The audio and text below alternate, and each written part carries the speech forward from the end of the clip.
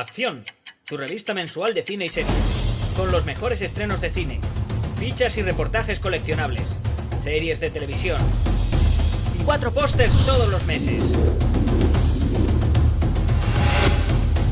Búscala en tu kiosco. Hola, muy buenas amigos, amigas, seguidores, seguidoras del canal Acción Cine en YouTube. Aquí estamos otra vez, Jaime Vicente Echagüe. Muy buenas y calurosísimas noches. Me van a caer, me he puesto la camiseta blanca para que se note menos, pero yo creo que puedo acabar sudando y no precisamente por la complejidad del vídeo. Francisco me ha convocado. Me ha convocado para hablar de esta película del año 1964, una película dirigida por Camillo Mastrocinque, con Adrián Ambesi, Ignacio Bálsamo y Christopher Lee, una película titulada La maldición de los Karnstein. Francisco, muchísimas gracias de corazón por contar conmigo para traernos una nueva crítica a la carta y por traernos una película que desde aquí me atrevo a decir que muchos no conoceréis. No conoceréis al director, no conoceréis el título, y al que sin duda conocéis es a Christopher Lee. Hasta ahí llegamos todos. Aquí en el canal de Acción Cine hay un nivel. Y eso que esta maldición de los Karnstein está basada en una de las novelas, mejor dicho, en una de las Biblias del género vampírico, que es esa Carmila de Sheridan Le Fanu, publicada en 1872 con 7. Esto es unos 20 añitos antes que el Drácula de Bram Stoker. Habitualmente, la novela de Stoker, el Drácula que todos conocemos, es considerada la piedra angular, por así decirlo, de todo este tema del género vampírico. Y no solo en la literatura, también en el cine. Al fin y al cabo, todos parece que han sido hijos de algún modo, todas las películas del Drácula de Stoker. Pero, se nos olvida muchas veces que está anteriormente Carmila. Carmila tiene que ser a la fuerza toda una referencia a la hora de indagar en los vampiros que nos han acompañado aproximadamente en los últimos 150 años en la ficción. Ya sé que hay culturas antiguas, etcétera, tal. Entendedme. Para inspirarme, por cierto, tengo aquí la novelita conmigo, además en una edición muy chula, con ilustraciones, parece ser que de la época, por lo menos eso me dijo el librero, no las originales obviamente, sino reproducciones, con ilustraciones que te ilustran, valga la redundancia, toda esta historia de Carmila. Es uno de esos libros además que dices, os habrá pasado a todos, vas a la librería con una idea, dices no la encuentras, empiezas a curiosear, yo siempre miro los mismos sitios, al final, que es en género fantástico y en ciencia ficción. Y de repente, coño, te llevas ahí 3 o 4 libritos y uno de ellos además es un pedazo de edición como esta, con las ilustraciones, según me dijo el librero, originales. He estado muy tentado ahora mismo de coger de carrerilla y ponerme a hablar de la novela, olvidándome de la película que me ha pedido Francisco. Paradme, de verdad, no lo permitáis. Que no caiga esa breva. Este sigue siendo un canal dedicado al cine, pero sí que creo que en este caso es pertinente, por lo menos, hablar de algunas de las ideas, más allá del argumento, que nos dejó esta novela de Le Fanu, y analizar si han sido utilizadas para la película. Ya sabéis, siempre digo lo mismo, esto no es preceptivo. Una película puede apartarse de la novela de base y ser excelente, pero en este caso os tengo que decir que algunos de los conceptos más revolucionarios que podemos encontrar en la novela de Le Fanu no caen en saco roto en esta adaptación de La maldición de los Karnstein. La película que nos ha pedido Francisco es, vamos a ver, desde mi punto de vista, es una película que es cierto, es limitada a nivel técnico. Creo que tiene cosas muy mejorables y no me estoy refiriendo solamente al tema del presupuesto, y luego hablaremos de eso. Esta es una película que de algún modo podría ser el equivalente en el género de terror a los spaghetti western. Es decir, esta es una película que trataba de disimular su origen italiano a base y a golpe de seudónimos ahí que sonaran como muy americanos y que al final lo que son muy enternecedores. El caso del director, Camillo Mastrocinque, que aquí firma como Thomas Miller.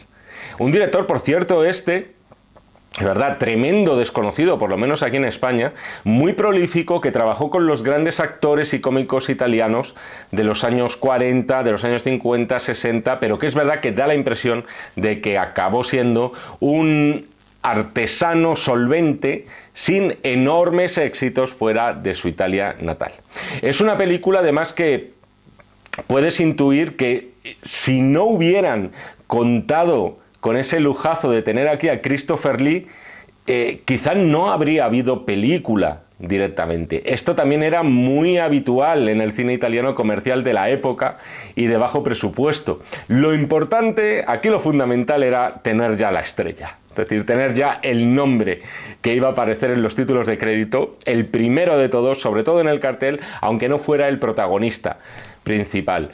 Y Christopher Lee ya era lo más, desde que en 1958 se estrenó aquel maravilloso Drácula de Terence Fisher. Y el bueno de Christopher, viendo su filmografía, también te da la impresión de que este hombre, yo creo que raras veces debió decir no a un proyecto. Es de suponer que, vamos, que los productores de esta maldición de los Karstein dieron palmas con las orejas. Tenemos una película de vampiros, o supuestamente de vampiros, esto es importante, pero sobre todo lo que tenemos es a Christopher Lee en el reparto y en el cartel.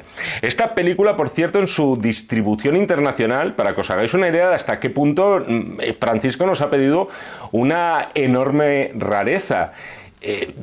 La podéis encontrar con diferentes títulos, o sea, por ejemplo, La cripta del vampiro, Terror en la cripta. Cripta es una película, perdón, una palabra que al final, oye, dices, tú mete cripta en el título, que esto acongoja aquí al personal.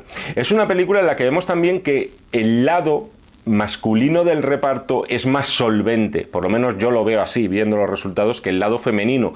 En este caso, con Adriana Ambesi a la cabeza, que también llevaba su correspondiente seudónimo norteamericano, que en este caso era Audrey Amber. Da la sensación de que el único que firmó con el nombre real fue Christopher Lee, que el tío, venga, ¿qué coño me va a importar el que aparece en una peli italiana de terror?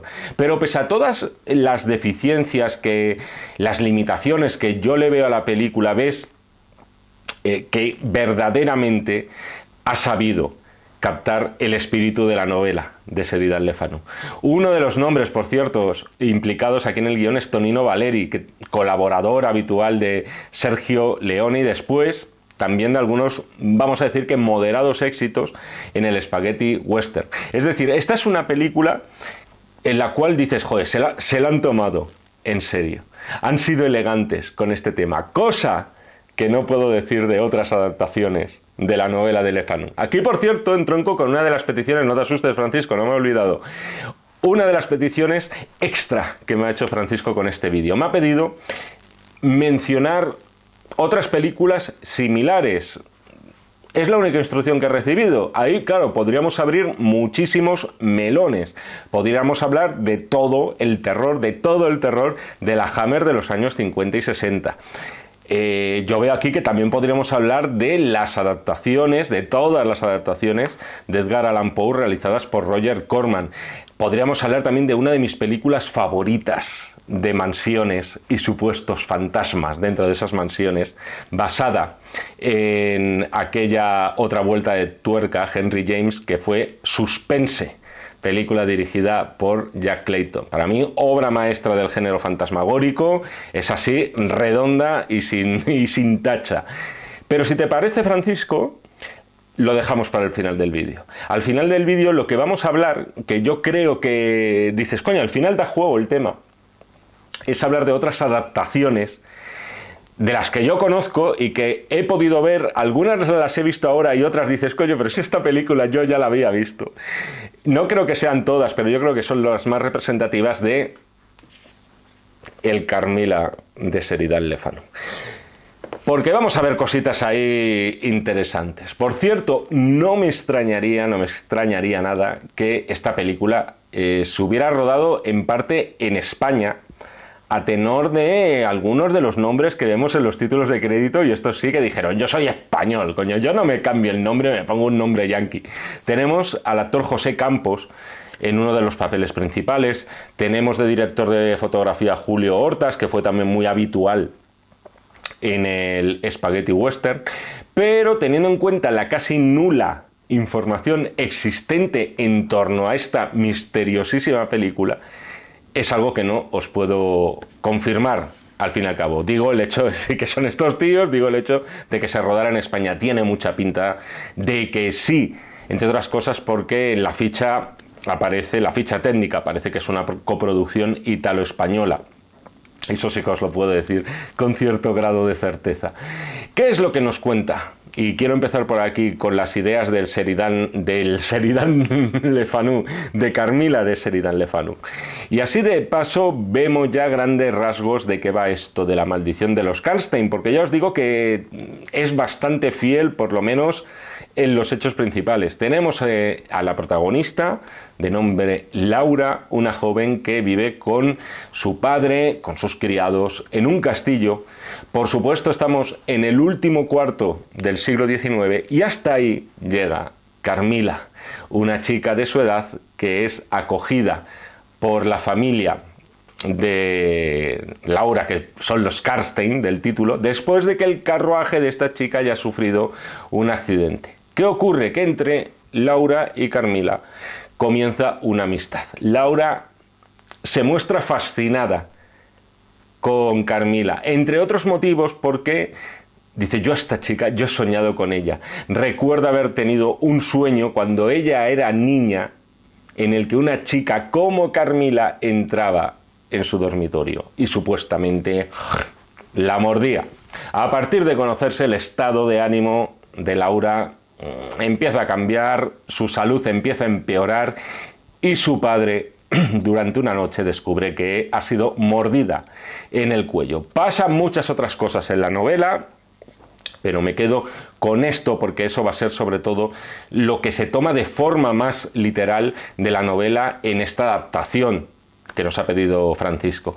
¿Por qué es tan importante hablar de la novela de Le Fanu? Primero, por una serie de ideas que, podemos decir que son pioneras dentro del género, por lo menos ya en la era moderna. Popularizan la figura de la vampira femenina, en este caso cogiendo el mito de la famosísima Condesa Bathory, personaje real y que ha pasado a la historia como presunta asesina en serie por supuestamente haber asesinado a no sé cuántas niñas y jóvenes para quedarse con su sangre y de esa forma no envejecer jamás. Además, más cosas. Le Fanu, y vamos a soltar ya el gran elefante en la habitación, introdujo, es verdad que de forma muy sutil, el romanticismo lésbico en el género de terror. Estamos aquí hablando de dos chicas en la flor de sus respectivas vidas, fascinadas una con la otra. Aquí no hay príncipe azul que valga. Laura solo tiene ojos para Carmila. Y después también está el tema de la estructura de la novela. ¿Qué ocurre aquí? El vampiro seduce primero a su víctima, la muerde, cae en sus redes y después los allegados de la víctima tratan de matar a esa vampira y destruirla. Esto es el ABC del relato de vampiros. Diréis, joder, parece que han descubierto la pólvora. Quieto, paraos ahí. Os lo recuerdo, estamos hablando de una novela de 1872 y fijaos que 100 años después las películas de vampiros siempre han seguido esos mismos pasos en sus historias. Seducción del vampiro a la víctima, la mordida, en este caso no económica, sino en el pescuezo. La víctima cae fascinada, los allegados, las familias se preocupan, tratan de matar al vampiro, en este caso a la vampira, y destruirla. Y eso es lo que tenemos. Estas cosas que os acabo de mencionar, estas cosas que son como el ABC del relato vampírico y que están en la novela de Le Fanu, las tenemos. Y las tenemos bien en La maldición de los Karnstein. Tenemos un respeto hacia su precedente y una intención muy clara de por lo menos honrar el espíritu de la novela original. tras meditarlo mucho conmigo mismo, un 6. 3 estrellas sobre 5 para La maldición de los Castell. Esta es una película, también os lo digo, esta es una película que para mi gusto empieza un poquito regular. Es decir, si el uso que se hace nada más empezar la peli, en esos primeros minutos, del zoom, se mantuviera constante a lo largo del metraje, a mí personalmente se me haría muy, pero que muy, muy cuesta arriba seguir la película, es decir, sería titánico, zoom por allí, zoom por allá, y en los momentos además más insospechados y no necesariamente más terroríficos. Es decir, eso al principio dices, joder, esto parece un programa de Valerio Lázarov de los años 80 o incluso los años 70. Muy afortunadamente, esto se atenúa a medida que va avanzando la película. Esto no se trata, por cierto, de ser anti-zoom en el cine. Kubrick lo empleó de forma elegantísima prácticamente en todas sus películas, pero aquí de verdad se trata de ese zoom a la velocidad del rayo y un poco porque sí, quieto, coño, tampoco hay que estar ahí, ya sabemos que hay que asustar, pero tú confía un poco más en la historia y en los actores. En general, en la película tenemos una ambientación gótica, y este también es un adjetivo que tiene que sonar hoy aquí, en la cual se nota que trabajaban con lo justo, pero que cumple al fin y al cabo con todos los requisitos del relato gótico. Es decir, el castillo, el carruaje, las campanas, la doncella despertando de su pesadilla. La película es en blanco y negro, no lo he comentado, por cierto. Y en este caso hay que reconocer que eso le favorece mucho a la hora de tapar según qué limitaciones y que no haya cosas que parezcan un cartón piedra. Y después, porque además, estas atmósferas góticas, yo creo que el gran maridaje que tienen al final, por los motivos, quizá por nuestra educación cinematográfica, el gran maridaje es con el blanco y negro. Sorprende mucho también ver aquí a un Christopher Lee joven, o sea, acostumbrados como estábamos a verle ahí, joder, imponente, de Drácula y con sus canitas en las sienes y tal, las películas de la Hammer, varias de ellas anteriores a esta, y luego después de esta maldición, por supuesto, más películas del Drácula de Christopher Lee. Aquí, sin embargo, ves al tío tal cual debía ser en la vida real, y lo cierto es que el tío con una planta fantástica, 42 añitos tenía aquí la criatura. Por cierto, interpretando al final a otro conde, en este caso el conde Karstein, el padre de la prota, que es Laura. Tened en cuenta además que, antes os decía, joder, de Christopher Lee en una película italiana. Christopher Lee era hijo de padre londinense y de madre italiana, que por cierto, al parecer era condesa de profesión, o mejor dicho, de herencia. Así que el italiano, el idioma, no era un enigma para Christopher Lee. Esta película también tiene encanto porque introduce otras cuestiones al margen de la novela de Le Fanu que, sin embargo, estaban muy en boga por aquel entonces. Todo el tema del satanismo, por ejemplo, eso no está aquí, pero es algo que fascinaba en estas décadas de mediados de siglo, con ese personaje extrañísimo que vemos aquí del ama de llaves, que desde el principio podemos sospechar que dices, esto no hay nada bueno en torno a esta señora. Tened en cuenta también que estamos en años en los que empieza a surgir ese subgénero de terror de denominación de origen 100% italiana, que es el giallo, que en italiano significa amarillo y que ese era el color de esas novelillas, vamos a decir de aduro, como decimos aquí, de terror, baratas y demás. De terror o de suspense, incluso vamos a decir más bien del género policíaco, que al final era un poco lo que mezclaba el giallo, el terror, con elementos detectivescos. Alguna vez he hablado de esto, por cierto, menos de las que me gustaría, porque la verdad es que el tema del giallo al final hay de todo, como en La Viña del Señor. Hay buenas películas, sobre todo yo creo que hay películas que tienen grandes hallazgos de estas italianas de los años 60, de los 70. Tenemos a Mario Bava, para mí por encima de Dario Argento, aunque luego Dario Argento tiene algunas películas que visualmente son una maravilla, pero la verdad es que es uno de esos géneros, el giallo, que lo tienes que querer. Yo, esta película que nos ha pedido Francisco, yo no la metería en ese saco, al beber infinitamente más del terror gótico. Se nota que los productores no estaban en eso de, oye, está surgiendo aquí el género de terror. Además es cierto que el giallo quizá todavía en una fase demasiado temprana, y sería ya más tirando a mediados, finales de los 60, cuando se populariza en todo el mundo como tal. Pero es cierto que encontramos en esta peli esos elementos de ocultismo y de satanismo que eran habituales, sobre todo en los principios de ese subgénero italiano.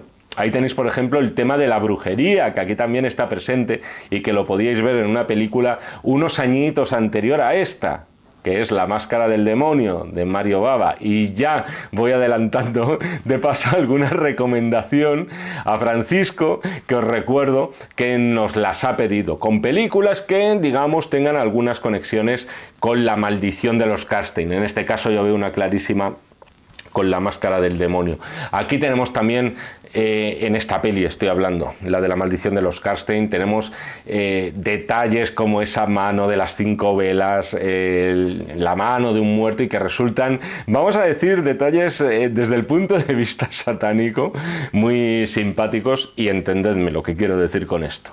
De hecho, lo meritorio de esta película es que por momentos se aparta de lo que es el género de vampiros y parece abrazar lo que es el género de posesiones. No sé si demoníacas o no, pero posesiones, al fin y al cabo. Y esto es también una de las cosas que dices, ¿hasta qué punto la novela de Le Fanu la podemos encuadrar? Que en parte la podemos encuadrar con el vampirismo, y no tanto con el tema, o más incluso con el tema de las posesiones. Aquí tenemos también, como ya os he dicho antes, el tema de la brujería muy presente, que de algún modo también estaba presente en la novela de Le Fanu, pero se nota que aquí lo querían potenciar más. De hecho, en la película se nos recuerda varias veces la historia de aquella mujer condenada por brujería, antepasada de los Karstein, que fue condenada y por lo tanto ajusticiada por brujería. Y algo parecido encontramos en la novela de Le Fanu, pero creo recordar que no estaba este tema de que ella fuera condenada por brujería y tal. Hay en la película cierto erotismo, y subrayo mucho esto de cierto, y estoy lanzando una pregunta.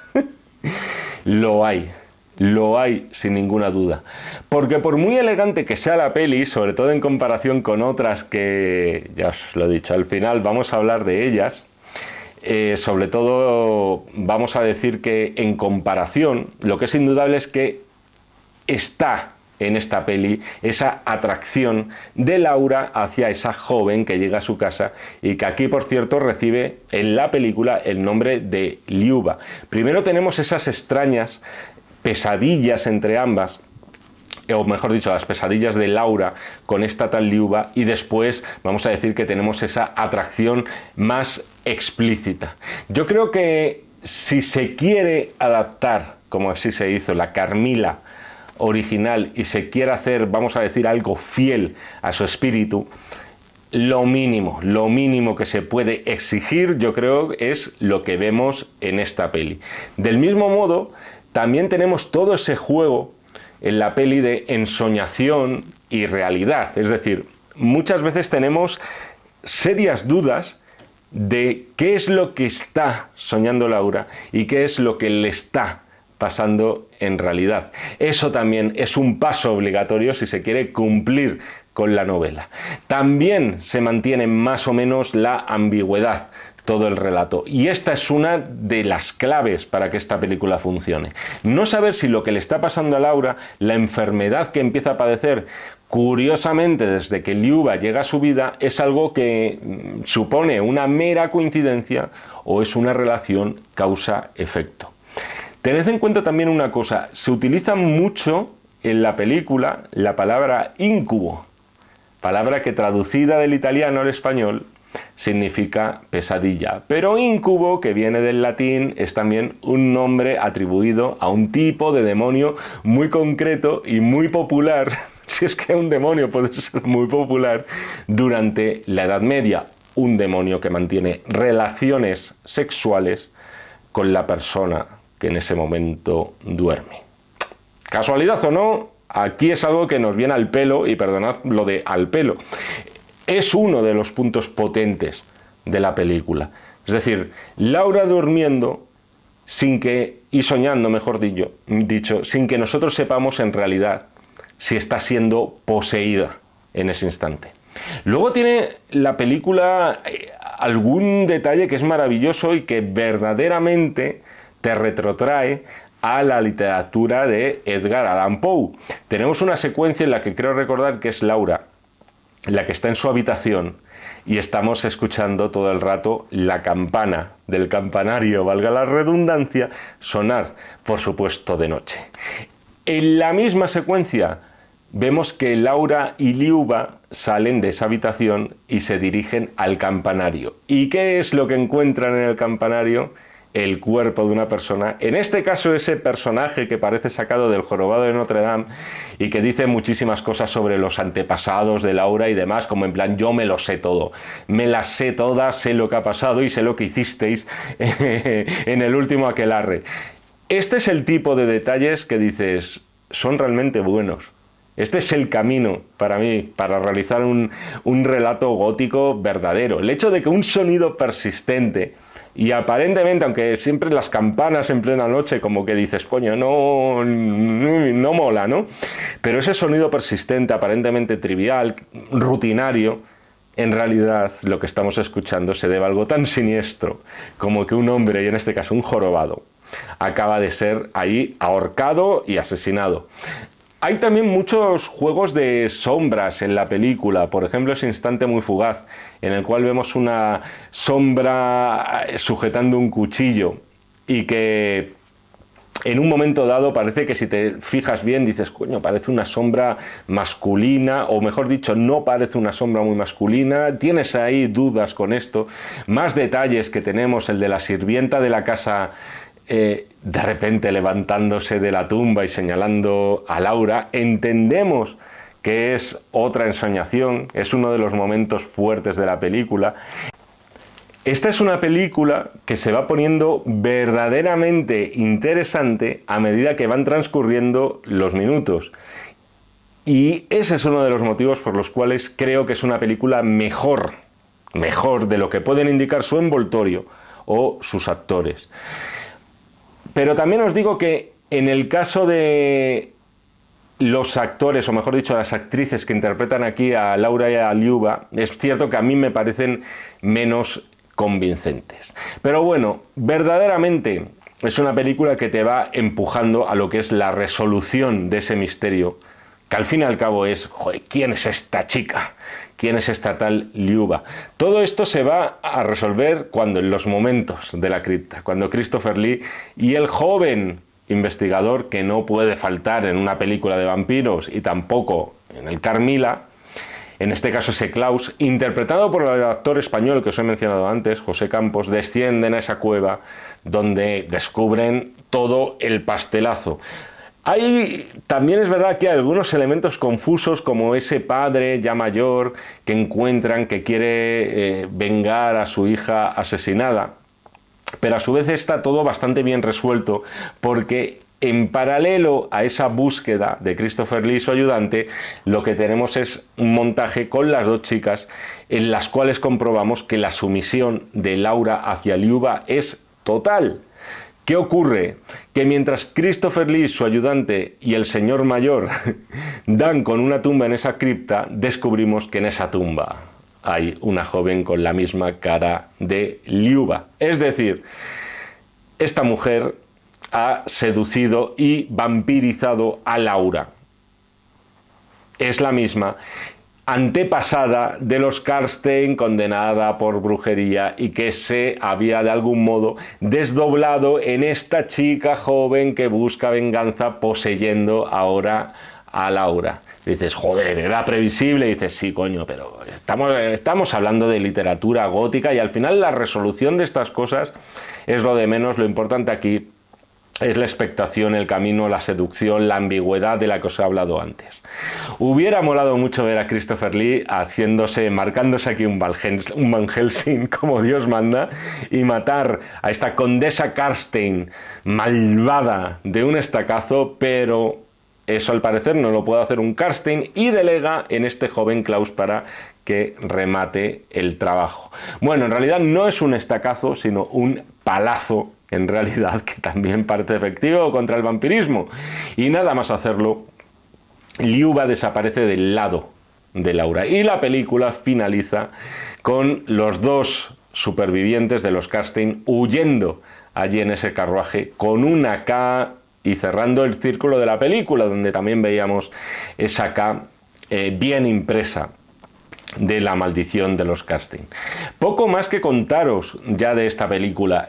Es una película que en líneas generales me parece muy simpática y sobre todo una rareza, vamos a decir que bastante agradable, y sobre todo una película que a todos los que sois completistas del terror gótico de los años 50 y 60 especialmente, merece mucho la pena que le echéis un ojo y comprobéis los esfuerzos por querer hacer una adaptación sentida y seria de una de las novelas capitales del género fantástico, cosa que no podemos decir de otras, y lo prometido es deuda.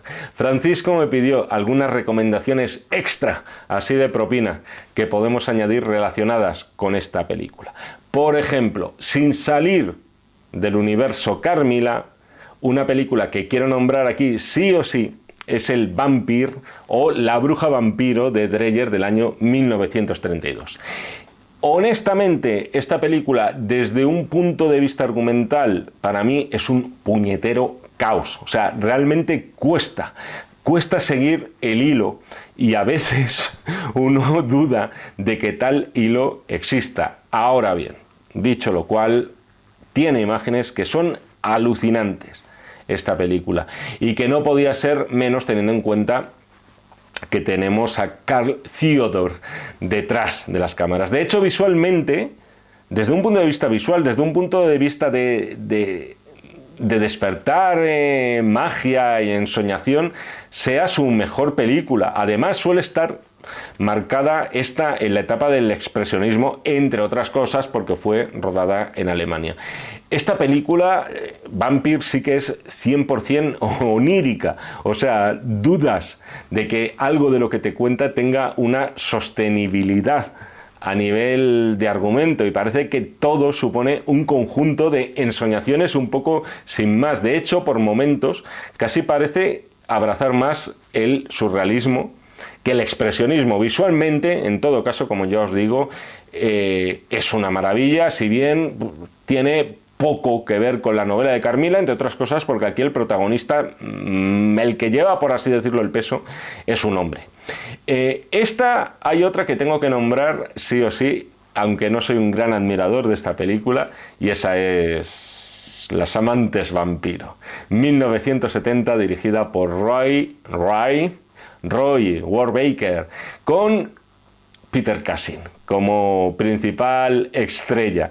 Y esta, vamos a decir, que me perdonen los amantes de la Hammer, esta película de Las amantes vampiro se suele considerar como el principio del fin de aquella gloriosísima productora británica, especialmente centrada en el género de terror, y de la cual, sin ir más lejos, está, bueno, como punta de lanza el Drácula de Terence Fisher, que os he comentado antes, y sobre todo la segunda parte, aunque no aparezca Christopher Lee, de ese Drácula, que me parece igual de buena o más que la primera, aunque solo tengamos verdaderamente a Peter Cushing.